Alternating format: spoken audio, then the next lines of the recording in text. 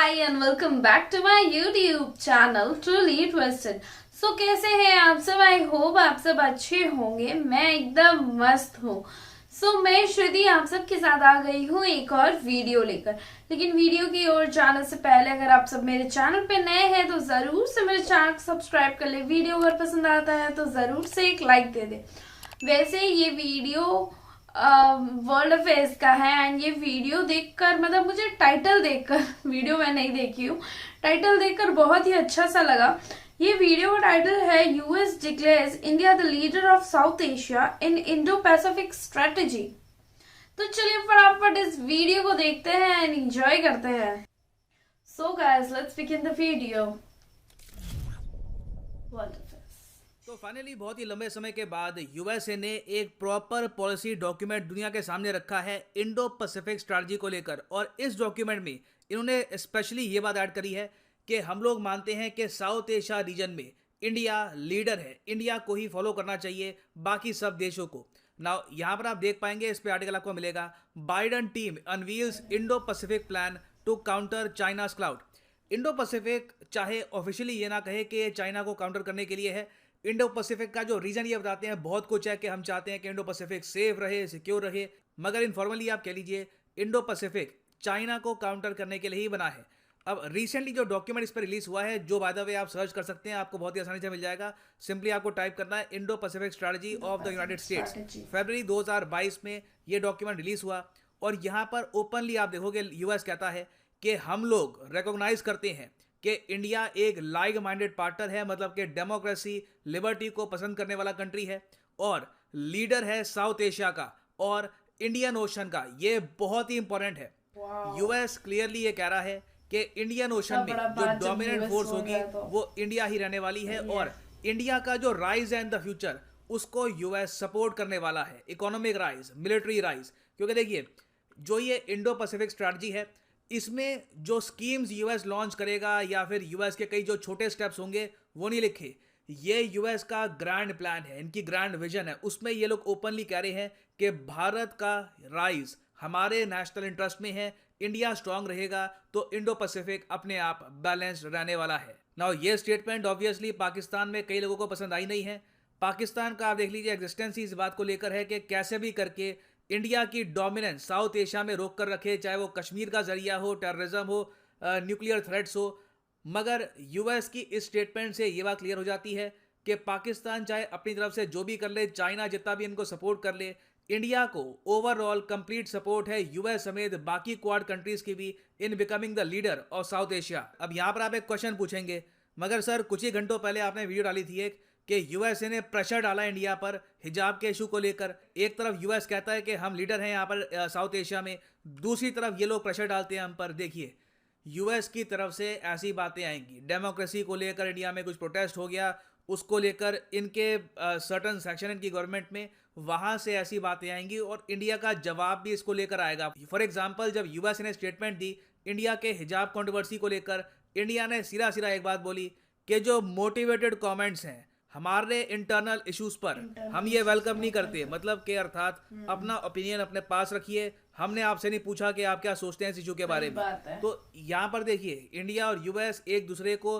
Frankly जवाब देंगे, मगर इसका impact military cooperation, strategic cooperation में आपको नहीं दिखने वाला। नाउ इस पूरे इंडो पैसिफिक के डॉक्यूमेंट को आप अगर देखें तो इसमें इंडिया के लिए ऑब्वियसली तारीफें तो बहुत सारी है ही, मगर एक वार्निंग भी है। वार्निंग ये है कि इंडिया आज के समय एक बहुत ही बड़ा चैलेंज फेस कर रहा है चाइना के अग्रेशन का। और यूएस यहाँ पर यह भी ऐड करता है कि यूएस एक स्ट्रैटेजी के तहत ओपनली कह रहा है कि यूएस कंप्लीटली सपोर्ट करेगा इंडिया का चाइना के अग्रेशन को काउंटर करने के लिए। तो डिस्कस करते हैं इस टॉपिक को और भी यहाँ पर क्या क्या बातें लिखी हैं। भाई द वे आप रिपोर्ट पढ़ोगे इंडो पैसिफिक की, उसमें इंडिया को ओवरऑल सबसे ज्यादा बार मेंशन किया गया है। ऑस्ट्रेलिया, जापान, कोई भी देश इतना मेंशन नहीं है जितना इंडिया को मेंशन किया गया है। तो आप कह लीजिए यूएसए की जो इंडो पैसिफिक स्ट्रैटेजी है उसका सेंट्रल जो मेन पिलर है वो है इंडिया। नाउ आगे बढ़ने से पहले आपसे क्वेश्चन भी पूछूंगा। क्वेश्चन यहाँ पर यह है कि क्वाड ग्रुप जब इनिशियली फॉर्म हुआ था 2007 के आसपास, उसके बाद किस कंट्री ने क्वाड ग्रुप से पुल आउट कर लिया था कुछ समय के लिए, जिसकी वजह से क्वाड आप कह सकते हैं कुछ हद तक डेड सा भी हो गया था। यहाँ पे आपकी ऑप्शन है Japan, India, USA, Australia. Comment section में करिए उत्तर, सही आंसर मैं आपको दूंगा वीडियो के अंत में। शायद, ओके, पहली बात तो I'm not Indo sure Pacific about अपने आप में एक ज्योग्राफिक रीजन है। पहले इसको यूएस कहता था एशिया पैसिफिक, अब इसमें इंडियन ओशन का एक बहुत ही बड़ा हिस्सा ऐड करके यूएस इसको कहता है इंडो पैसिफिक। अब ये रीजन आपने डिक्लेयर कर दिया। अगला क्वेश्चन यहाँ पर यह आता है कि इस रीजन में आपकी स्ट्रेटजी क्या होगी। उस स्ट्रेटजी को यूएस ने डिस्क्राइब किया है इंडो पैसिफिक स्ट्रेटजी के डॉक्यूमेंट में। इसमें बहुत सी बातें लिखी हैं कि जापान के साथ मिलकर ये क्या करेंगे, आसियान के साथ मिलकर इनके क्या प्लान्स हैं, बाकी और कंट्रीज को ये कैसे देखते हैं। और इन्होंने सब कंट्रीज में से मैं कहूँगा सबसे ज़्यादा इंपॉर्टेंस दी है इंडिया को। ये कहा है कि मिलिट्री पॉइंट ऑफ व्यू से हम इंडिया के साथ कोऑपरेट कर ही रहे हैं, उसके अलावा health, space, cyber space, technology cooperation, various aspect में यूएस और इंडिया अपनी जो पार्टनरशिप है इन द फ्यूचर बिल्ड भी करेंगे। और मैं आपको ये बता दूं, बहुत ही जल्द यूएस और इंडिया की जो पहली सैटेलाइट है कंबाइंड जॉइंट सैटेलाइट निसार, ये भी लॉन्च होने वाली है। अपने आप में एक बहुत ही बड़ी उपलब्धि होगी और इन द फ्यूचर डेफिनेटली आपको इन सब सेक्टर्स में भी इंडिया और यूएसए की कोऑपरेशन देखने को मिलेगी। इसके आगे यूएस ने एक बहुत ही इंपॉर्टेंट बात ये लिखी है कि रिसेंटली इंडिया ने जो चैलेंजेस फेस किए हैं चाइना के, अब देखिए हमें ये बात एक्सेप्ट करनी होगी कि 2000 मैं कहूंगा 5 से लेकर 2000 इवन 17 के आसपास तक इंडिया में हम लोग अनसर्टन थे चाइना के राइज को लेकर। हमें कुछ हद तक ये भी कंसर्न थी कि चाइना कितना ग्रो कर चुका है, कितना एडवांस कर चुका है, अगर कल कोई इंडिया के अगेंस्ट हो गए तो क्या हम यहाँ पे चाइना को रोक पाएंगे। तो कुछ यहाँ पर डाउट्स थे, मगर आप सब लोग ये बात देख चुके हैं कि डोकलाम से लेकर गलवान वैली से लेकर 2022 आ गया।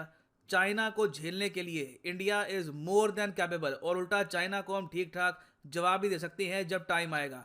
एक चाइना का आप कह लीजिए जो एक इमेज थी कि एक बहुत ज़्यादा स्ट्रॉन्ग सुपर पावर है और कोई कंट्री इनके सामने टिकेगा नहीं, इंडिया ने उस इमेज को काफ़ी नुकसान पहुंचाया है। और ये बात यूएस ने अपनी रिपोर्ट में भी लिखी है कि चाइना के अग्रेशन से हुआ क्या है कि एक गैल्वनाइजिंग इंपैक्ट आया इंडिया पे। गैल्वनाइजिंग का मतलब ये होता है कि जब एक आदमी सडनली एनर्जाइज्ड होकर, चार्ज अप होकर एक्शन लेता है। अब फॉर एग्जांपल इंडिया ने जो गैल्वनाइज्ड इंपैक्ट का उदाहरण दिया है वो आपको दिखेगा बॉर्डर रोड इंफ्रास्ट्रक्चर में।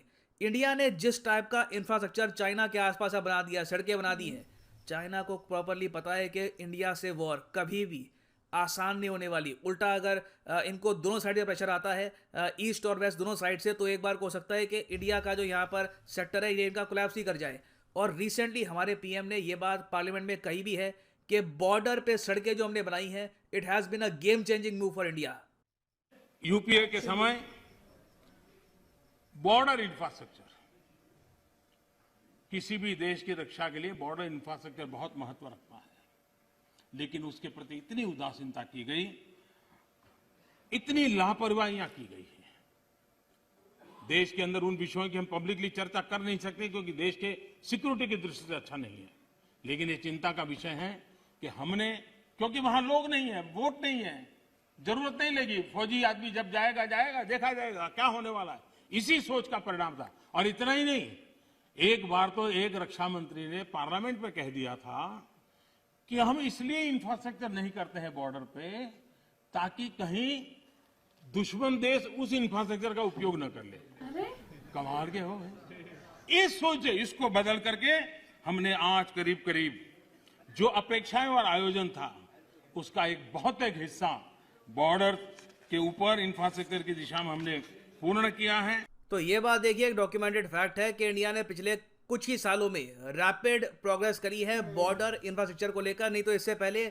यूएस को भी कुछ खास उम्मीद थी नहीं इंडिया से, क्योंकि इंडिया की बॉर्डर बहुत वीक थी compare to the border side that China had. उसके अलावा कई और एस्पेक्ट है वहां पे हम पहले मानते थे कि इंडिया एक्शन नहीं लेगा। फॉर एग्जांपल ओलंपिक्स का बॉयकॉट हमने किया, डिप्लोमेटिक बॉयकॉट इंडिया ने किया।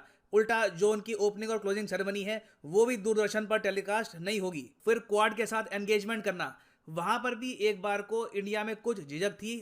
थोड़ा बहुत हम सोच रहे कि इससे रीजन में चाइना बुरा ना मान जाए, मगर आज के समय हम लोग प्रॉपर तरीके से क्वाड में भी पार्टिसिपेट कर रहे हैं। और रिसेंटली तो देखिए बहुत ही इंटरेस्टिंग सीन देखने को मिला जब डॉक्टर एस जयशंकर इंडिया के विदेश मंत्री ऑस्ट्रेलिया में गए क्वाड के विदेश मंत्रियों की मीटिंग के लिए। उस मीटिंग में रिपोर्टर ने इनसे सवाल पूछा कि देखिए जब भी क्वाड कंट्रीज की मीटिंग होती है चाइना आलोचना करता है। जयशंकर जी ने बहुत अच्छा जवाब दिया। अब देखिए हर बार आलोचना करता है, उन्होंने यहाँ पर लिटरली ये कह दिया कि जी हाँ बिल्कुल, जब भी क्वाड कंट्रीज मिलते हैं कहीं पर भी चाइना की आलोचना आती है। हमने ये बात मान ली है कि ठीक है ये लोग आलोचना करेंगे, मगर चाइना की आलोचना करने से क्वाड की स्ट्रेंथ पर कोई फर्क नहीं पड़ता। यहाँ पे मैं चाहता हूँ उनकी जो स्टेटमेंट है ये आप सुने। Lot of, I mean, very frankly, what you told me was a reaction, was something which was asked of us yesterday, because the Chinese have been taking that line for some time. And I think four of us yesterday, the two of us and Blinken and Hayashi as well, made that point that we are here to do positive things. We are here to contribute to the peace, prosperity, stability of the region. I think our record and our actions and our stance is fairly clear. And by criticizing it repeatedly, it doesn't make us less credible. तो बहुत अच्छा जवाब दिया यहाँ पर हमारे विदेश मंत्री ने कि चाइना की आलोचना से इतना फर्क पड़ता नहीं है, क्वाड अपना काम करता रहेगा। उसके अलावा इन्होंने यहाँ पर यही बात बोली है कि इंडिया चाइना की जो टेंशन है ये लेजिटिमेट एक कंसर्न होना चाहिए फॉर द इंटरनेशनल कम्युनिटी, क्योंकि चाइना एक बड़ा देश है और रिसेंटली चाइना ने एक रिटर्न डॉक्यूमेंट पे किए गए वादे को तोड़ा है। वादा ये था कि लाइन ऑफ एक्चुअल कंट्रोल पर वायलेंस नहीं होगा, गोलियां नहीं चलाई जाएंगी। चाइना ने वायलेंस किया, चाइना ने गोलियां चलाई हैं, इंडिया ने उसका खैर जवाब भी दिया, मगर इनिशियली चाइना ने अपना जो यहाँ पर वादा था, जो एक रिटर्न इनका एक प्रॉमिस था, ये तोड़ा है। और जब एक कंट्री लिखित रूप में जो प्रोमिसेस तोड़ता है तो क्लियरली वो कंट्री एक इतना ट्रस्टवर्दी कंट्री है नहीं, कल को वो कंट्री पावर के लिए कुछ भी कर सकता है। तो इंडिया ने प्रॉपरली चाइना को यहाँ पर टारगेट किया है। इंडिया ओपनली ये भी कह चुका है कि चाइना आज के समय इंडिया के लिए सबसे बड़ा एक्सटर्नल थ्रेट है। तो बिल्कुल यूएस की रिपोर्ट में जो यहाँ पर बातें लिखी हैं ये अपनी जगह ठीक है, मगर दूसरी तरफ आप अगर देखें तो इंडिया भी आज के समय प्रॉपरली चाइना को काउंटर कर रहा है, डिप्लोमेटिकली भी और मिलिटरीली भी। ना वापस आते हैं हमने एमसीक्यू की तरफ कि which country withdrew from Quad at one point taking it into secession. देखिए वो कौन सा देश था जिसने एक बार को क्वाड से क्विट कर दिया था, जिसकी वजह से क्वाड काफी हद तक डोरमेंट स्टेट में चला गया था। तो सही उत्तर इसका है डी, ऑस्ट्रेलिया। केविन रड का टाइम था और ऑस्ट्रेलिया ने उस टाइम 2008 के आसपास पुल आउट कर लिया था फ्रॉम द क्वाड। रीजन ये था कि चाइना का जो प्रेशर था उसके सामने ऑस्ट्रेलिया उस टाइम झुक गया था। अब उस समय से लेकर अब तक आप अगर कंपेयर करोगे तो ना सिर्फ इंडिया, बाकी जो कंट्रीज हैं वो भी काफ़ी मैच्योर हुई हैं।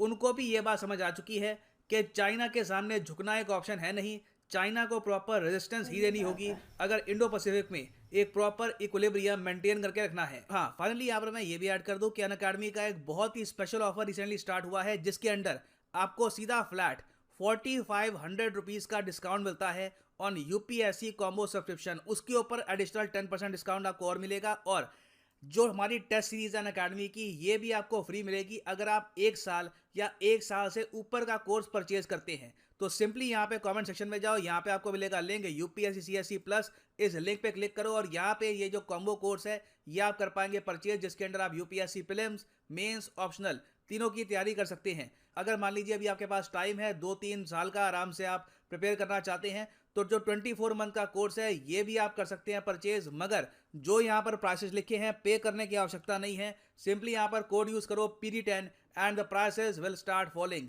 सो काफी अच्छा भी डिस्काउंट चल रहा है। If you want to buy these courses now is a great time to buy them.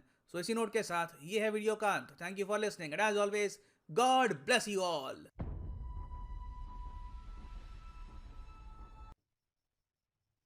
So guys, जिस तरीके से हमारे minister of external affairs S Jaishankar sir ने जिस तरीके से वो आंसर किया वो बहुत ही बेहतरीन था। एंड एक्चुअल में हमारे इंडिया को वैसे मिनिस्टर्स की बहुत ज़्यादा ज़रूरत है जो बहुत ही अच्छे से एजुकेटेड हो एंड इंडिया को रिप्रेजेंट कर सके। वैसे मेरे को उनका आंसर सुन के बहुत ही अच्छा लगा, जिस तरीके से उन्होंने हमारे इंडिया को प्रेजेंट किया एंड बहुत ही तगड़ा जवाब दिया। वैसे ऐसे मिनिस्टर्स होने चाहिए ताकि इंडिया बहुत ही अच्छे राह पे चल सके एंड एक्चुअल में जो जो इश्यूज है इंडिया में एंड जो भी प्रॉब्लम्स है वो सब सारे के सल्यूशन, बेहतर सल्यूशन निकाल सके। वैसे पीएम मोदी के पावर में आने के बाद ही इंडिया इतना डेवलप कर सका है एंड बहुत ही बेहतरीन हमारा ये रहा है। आप सबको पता ही है इससे पहले इंडिया को कौन ही जानता था एंड सब वही सोचते थे ये एक बैकवर्ड और पुअर कंट्री है, लेकिन आज के डेट पे वही इंडिया बहुत ही अच्छा अपना प्रेजेंटेशन देता है एंड मतलब सब जगह छाया हुआ है अब तो। वैसे मेक इन इंडिया होने के बाद तो और ही ज्यादा। वैसे इंडो पैसिफिक की बात करें तो ये बहुत ही अच्छी बात है कि यूएसए ने हमारा जिक्र किया है दूसरे देशों से ज्यादा ही। तो ये बहुत ही प्राउड फीलिंग है। एंड रहा बात चाइना के एग्रेशन एंड चाइना का जो भी प्रॉब्लम्स है, तो वो सब भी जल्द ही कुछ ना कुछ सोल्यूशन निकल ही जाएगा। सो गाइज, आई होप आप सबको ये वीडियो पसंद आया होगा। एंड अगर आप सबको ये वीडियो इन्फॉर्मेटिव लगा है तो जरूर से इस वीडियो को एक लाइक दे दे। चैनल पे नए हैं तो चैनल को सब्सक्राइब कर ले, साथ ही बेल आइकन को प्रेस करना ना भूले ताकि आप सबको मेरी नोटिफिकेशन सबसे पहले मिल सके। वैसे मेरा इंस्टाग्राम आईडी आप सबको डिस्क्रिप्शन में मिलेगा, साथ ही बगल में पार हो रहा होगा, तो जरूर से जाके मुझे इंस्टाग्राम पे फॉलो कर ले। और इस वीडियो का लिंक भी डिस्क्रिप्शन में है, तो जरूर से जाके इस वीडियो को भी देख ले। और अगर आप सबके पास कोई रिकमेंडेशन है वीडियो रिलेटेड या आपके पास कोई सजेशन है तो जरूर से मुझे कमेंट सेक्शन पे बताएं। एंड अपने फ्रेंड्स एंड रिलेटिव्स के साथ शेयर करना ना भूलें। मिलती हूँ आप सबसे अगले वीडियो में। Till then take care and bye bye.